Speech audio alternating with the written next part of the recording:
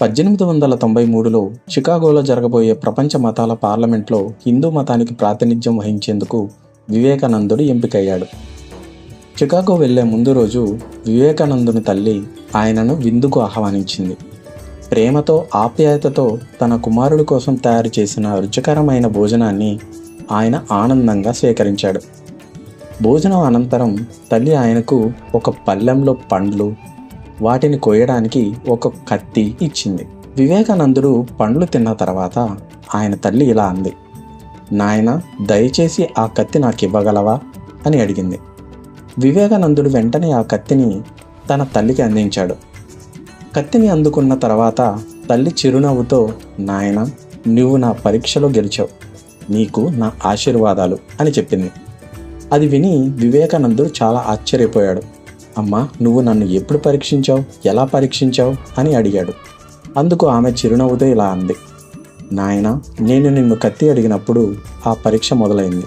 నువ్వు కత్తి ఇచ్చేటప్పుడు దాని పదునైన భాగాన్ని నీ వైపు ఉంచుకున్నావు, చెక్కపిడిక భాగాన్ని నాకు ఇచ్చావు. అంటే నాకు ఏ విధమైన గాయం కలగకూడదని నువ్వు ఆలోచించావు. నువ్వు నీకంటే ముందు ఇతరుల శ్రేయస్సు గురించి ఆలోచిస్తావు. ఇతరుల మేలుని ముందుగా చూసే వ్యక్తికే ప్రపంచ శాంతిని బోధించే హక్కు ఉంటుంది అని చెప్పింది. ఆ మాటకు వివేకానందుడు చాలా సంతోషించాడు. చూసారా మిత్రులారా, కరుణ కలిగి ఉండటం, ఇతరుల పట్ల శ్రద్ధగా ఉండటం గొప్ప గుణం. అది ప్రకృతి ధర్మం కూడా. నువ్వు ఎంత స్వార్థరహితంగా ఉంటావో అంత ఎక్కువగా కీర్తించబడతావు. ఇదే ఈ కథ మనకి చెప్పే నీతి. ఇలాంటి మంచి వీడియోల కోసం చందమామ టీవీని సబ్స్క్రైబ్ చేసుకోండి. లైక్, షేర్, కామెంట్ చేయడం మర్చిపోకండి. ధన్యవాదాలు. 1893లో చికాగోలో జరగబోయే ప్రపంచ మతాల పార్లమెంట్లో హిందూ మతానికి ప్రాతినిధ్యం వహించేందుకు వివేకానందుడు ఎంపికయ్యాడు. చికాగో వెళ్లే ముందు రోజు వివేకానందుని తల్లి ఆయనను విందుకు ఆహ్వానించింది. ప్రేమతో ఆప్యాయతతో తన కుమారుడి కోసం తయారు చేసిన రుచికరమైన భోజనాన్ని ఆయన ఆనందంగా స్వీకరించాడు. భోజనం అనంతరం తల్లి ఆయనకు ఒక పళ్ళెంలో పండ్లు, వాటిని కోయడానికి ఒక కత్తి ఇచ్చింది. వివేకానందుడు పండ్లు తిన్న తర్వాత ఆయన తల్లి ఇలా అంది, నాయనా, దయచేసి ఆ కత్తి నాకు ఇవ్వగలవా అని అడిగింది.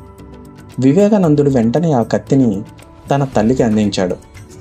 కత్తిని అందుకున్న తర్వాత తల్లి చిరునవ్వుతో, నాయనా, నువ్వు నా పరీక్షలో గెలిచావు, నీకు నా ఆశీర్వాదాలు అని చెప్పింది. అది విని వివేకానందుడు చాలా ఆశ్చర్యపోయాడు. అమ్మా, నువ్వు నన్ను ఎప్పుడు పరీక్షించావు, ఎలా పరీక్షించావు అని అడిగాడు. అందుకు ఆమె చిరునవ్వుతో ఇలా అంది, నాయనా, నేను నిన్ను కత్తి అడిగినప్పుడు